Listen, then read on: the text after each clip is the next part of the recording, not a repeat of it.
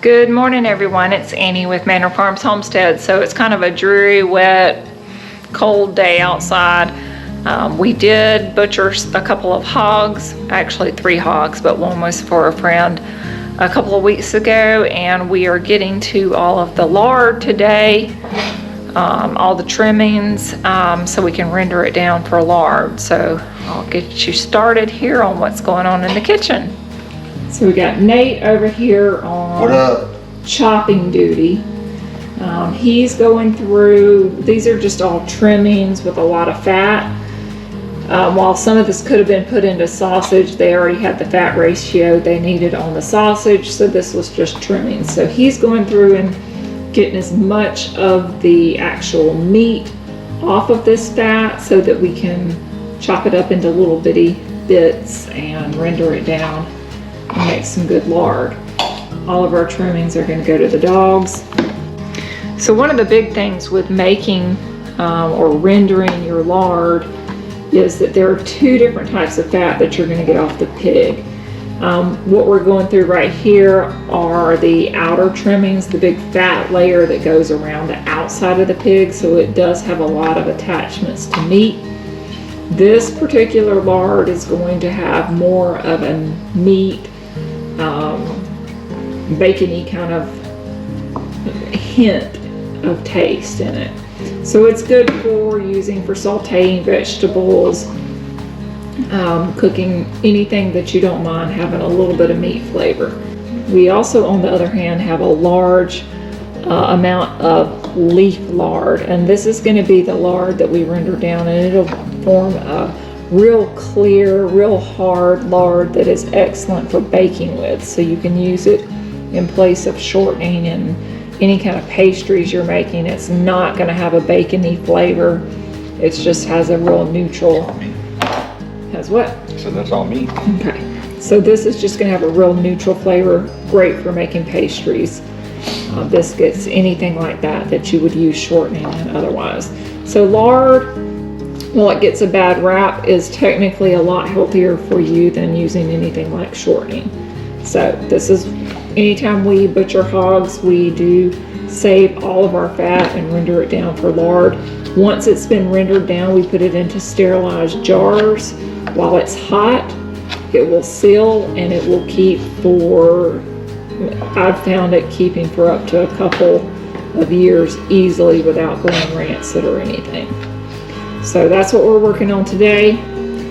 I do have a big pot over here where the rendering has started. You want to go really, really low with this. Try not to brown it. This got turned up a little bit high at first, but we've got it down real low. And we'll add to that, but it's just a really slow process of rendering out your fat. All right, what did you say? I need something for the leaf. I don't want to keep, this is all like got meat and stuff in. Like not a lot, but so the stuff there's some leaf fat right here. So the stuff with meat in it's going to go in the pot on the right on the stove. The leaf fat's going to go in the pot on the left. I honestly don't think it's going to matter a lot, because honestly a lot of it had a little bit of meat mixed in with it. Okay. Okay. Yep. So one important aspect of rendering down your lard is being able to store it successfully for 1 to 2 years without it going rancid. One of the key points to that is making sure you start with sterilized jars. So I have a bunch of quart jars here that have been washed and just cleaned. They have not been sanitized. You can sanitize your jars in the dishwasher on the sanitized setting.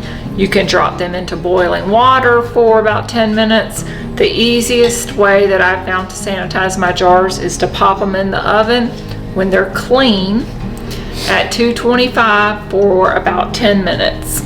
And that will sanitize them. So basically I'll put them in there, I'll time them for 10 minutes at 225, and then I just turn the oven off and leave them in there until I need them. I will also put all of my lids into simmering water so that I sanitize my lids. And I've had great success with that in the past. both with lard and tallow. The stuff keeps for years.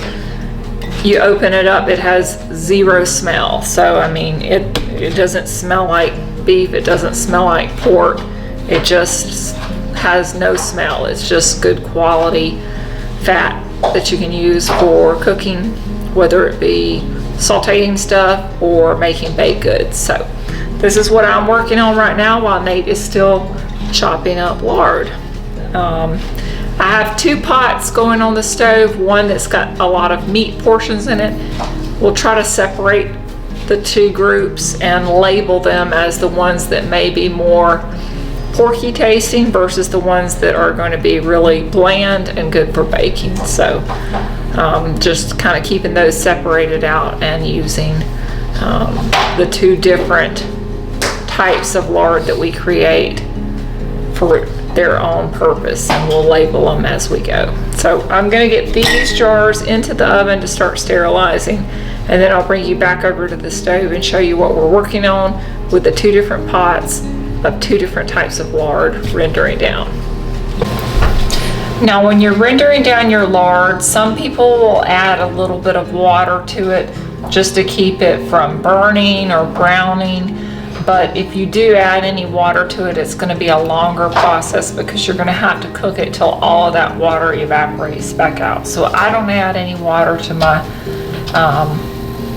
lard, pork fat while I'm rendering it. I just render it very slow. Now there's another good option for quickening the process of making lard, and that's if you have your lard frozen, you can run it through a meat grinder, and that will shred it up into such small little bits that it will render down much faster. This particular amount of lard that we had was not frozen, so we just chopped it up into chunks, so it will take longer to render down than if you'd run it through a grinder and made it real fine where it would melt easily and render easily. So this pot here is the one that has less meat attached to it. This over here has got a little bit more. So we'll try to separate those out when we strain them up, and I'll show you once we get to the point of straining them up how I do that to make sure there's no impurities going into our jars of lard, so you get a pure white lard when you strain that up. Oh, we're gonna have lots of meat that load this. I'll add all that to that bowl. Yes. One other thing that I didn't talk about, I told you we're dealing with all of our cured meats at this point. While this lard is not cured, we are dealing with the bacon. My dad brought me a big bin like this, slam full of pork bones that he had smoked. So I just put those into a huge bag in the freezer. Those are excellent anytime you're cooking a pot of beans or anything like that you want to season it. Take a couple of those smoked bones and cook them down really slowly, almost like you're rendering them down. And they'll produce a great base for something like beans, collard greens, any kind of vegetables, anything that you would like to season with a little bit of pork flavor. So we won't go into that today. Today we're sticking to the rendering of our lard. This one's sizzling more than what I like. This eye is hard to control the heat on, so I have it down really low, but we're going to have to be really careful with this pot and keep it stirred so that we don't burn anything at the bottom.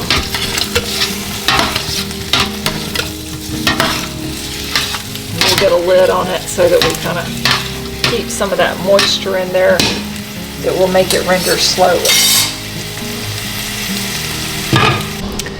All right, we're going to do a quick update on where we are with our rendering.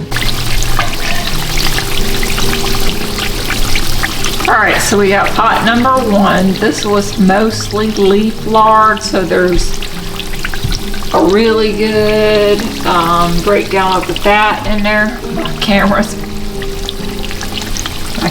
fogging up. All right, so this pot had a little bit more meat in with the lard. We're watching it closely, and it should come together with just low heat. All right, this is what we're dealing with right now with our lard cooking down. So we have a lot of lard that's already rendered out, and we're gonna go ahead and scoop off what has rendered and leave just the last little bits to continue getting the grease out of them.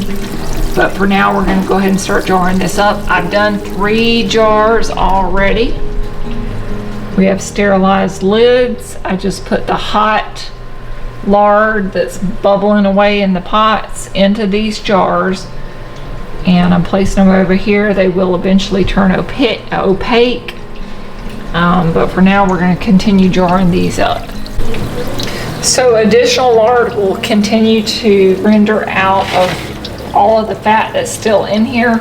We just don't want to burn the fat that's already rendered out, so we're going to go ahead and start scraping that or straining that out of our pots. I usually use a little strainer thing like this to get the big pieces kind of out of my way so that I can dip just the lard like this into a ladle, and I strain it through a nylon filter that's lined with one of my milk filters, which gets all of the tiny little particles out so that we end up with a very clear lard that has no additional little bits of the pork meat or fat in it. It'll just be pure fat.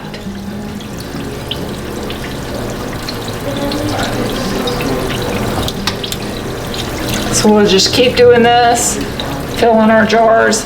I got as much out of this pot right here as I could. Now it's back on low heat, just letting the remaining lard cook out of those little pieces of fat that we cut up. The remaining at the very end will be very crunchy, and it's what we call cracklings. Super good to add to cornbread.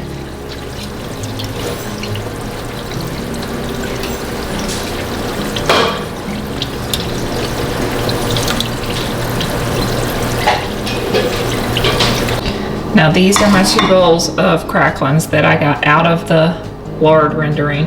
They're just little crunchy bits of fat and meat.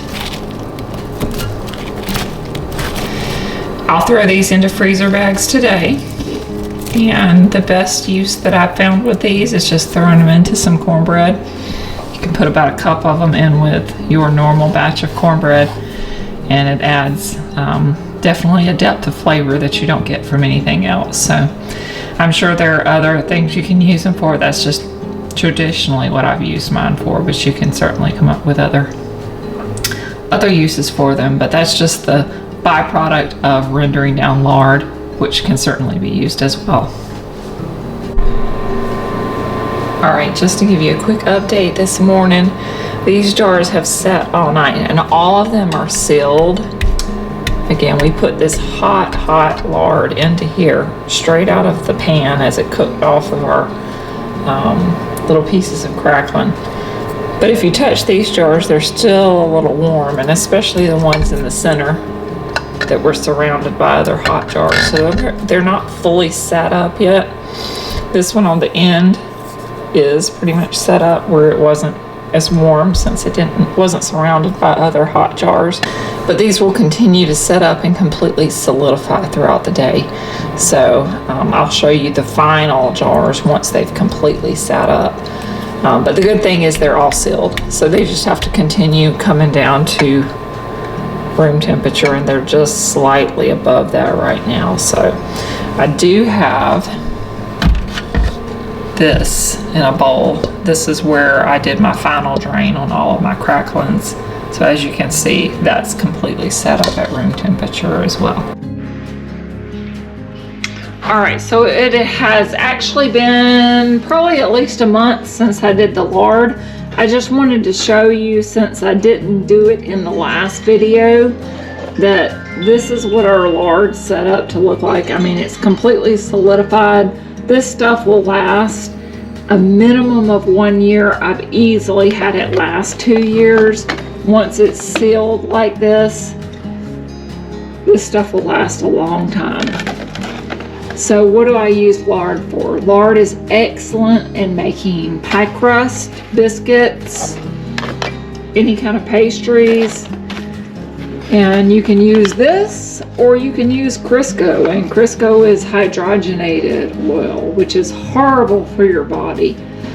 Granted, lard is a saturated fat, and that's probably not excellent for your body, but it is far superior for your body than any kind of hydrogenated fat. So this stuff will keep for years in here. I use it a little bit at a time as I need it, and I use it for sauteing. Predominantly I use it for baked goods, so biscuits, pie crust, that kind of thing. But this is a good sustainable source of fat for your family. You don't have to go buy olive oil, soybean oil, corn oil from the grocery store that's all imported from other countries. This is homegrown fat from our own pigs that we will use as needed here in the homestead. So, fantastic stuff. Well worth the time and effort put into making it.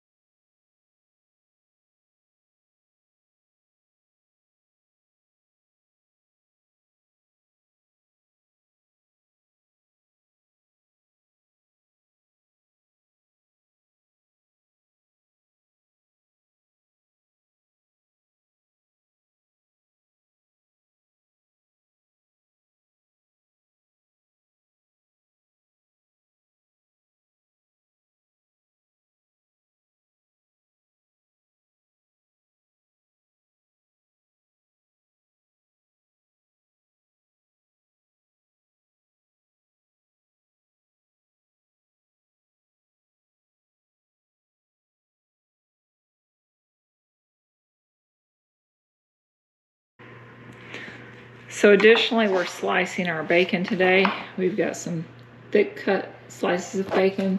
The key on this, if you don't have an electric slicer, is just having your meat really cold so that you can get some good slices. And not break it like I just did. Yeah. And a sharp knife. And then what I do is package these up into about 1 pound packages. And I put 2 of them wrapped in butcher paper into a freezer Ziploc bag. Looks good. Yeah, it looks great. So this bacon was dry cured with a salt rub. And sugar, brown sugar. Salt and brown sugar rub. How long did y'all cure it for? 7 days, and then smoked it twice. So we have access to a smokehouse with one of my uncles, and my dad hangs these and builds a little fire in the bottom of the smokehouse. So he did 2 fires on this. This stuff's super good. You can't buy anything like this in the store. All right, so slight change of plans with all of the trimmings. Instead of feeding that to the dogs, I've decided to make a pork stew with that this evening. Is this lard? Yes. Okay. So I'm gonna go ahead and get this bacon wrapped up that we're working on.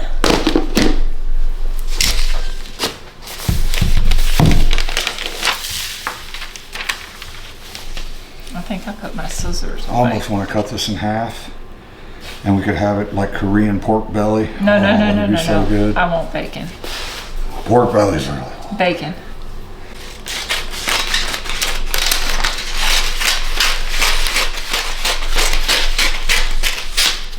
So this butcher paper will prevent the bacon from getting freezer burnt.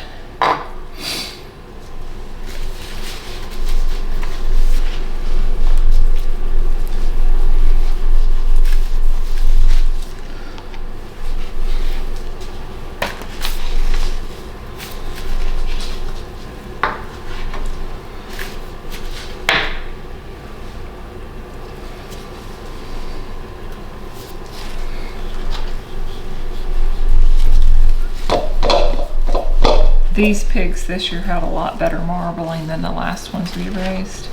I think the other ones were bigger, weren't they? No, they were smaller, definitely. The last ones we raised on the ground. These were raised on a concrete slab and fed only what we gave them. They didn't have access to root around. The last ones we used to root up my garden area, which worked great. They ate all the grass down, so I was able to go in there and plant quite easily in the spring. But they definitely made a mess rooting everything up. So I'm just guesstimating on that that's about a pound.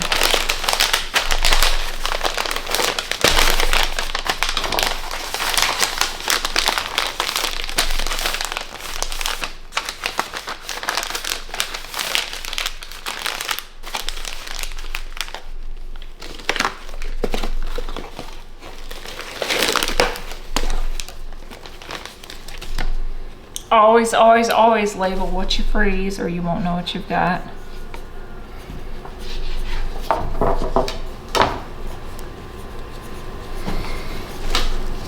It's going to be hard to cut this piece because of that. Cut it in half and then cut short pieces of bacon. Because these pieces are much longer than the first ones we did. They don't really fit well into these gallon bags.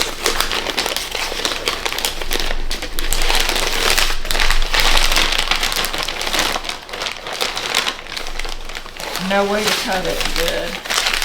Long or short, they just don't fit well into these. So I'm kind of having to crumple them.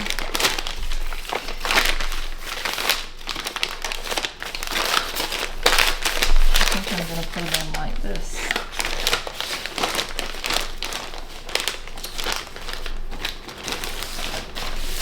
And then if you do some half ones, we can put those in.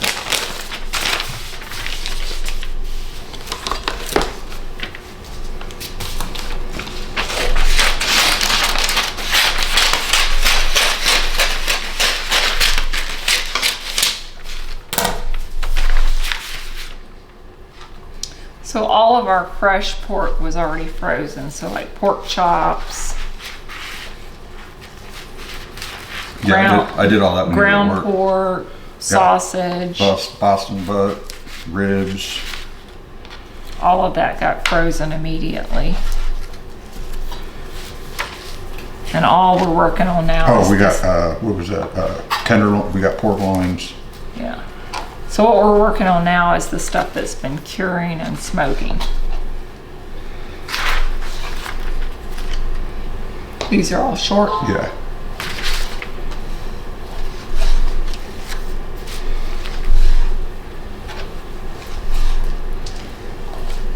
All right. So wrap on the bacon.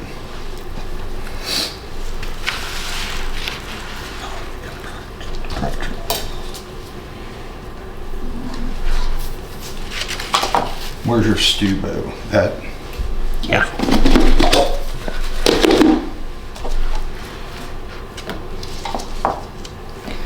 Really need a little bit. let's just put some in the stew. Because Yeah, these are they're all, I mean, it was just the way that the meat was. It was, the ones with the fat we'll put in here. The ones that are just real lean like that, just throw in with our stew meat. will do. All right, now I'll get on that.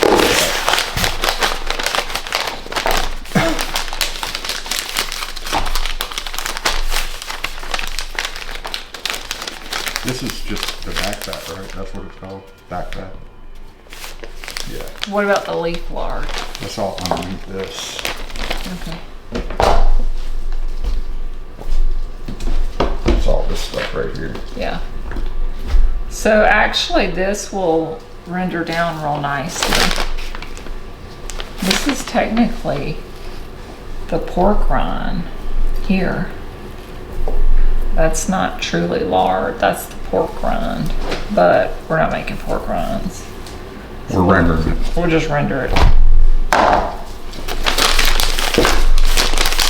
It'll make a lot of cracklings that are really good in cornbread.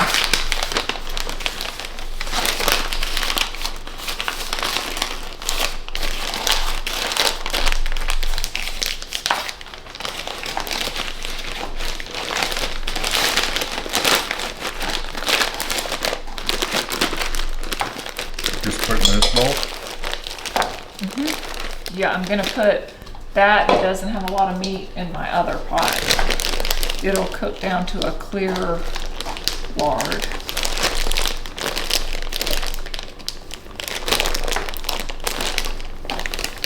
All right, off to the freezer.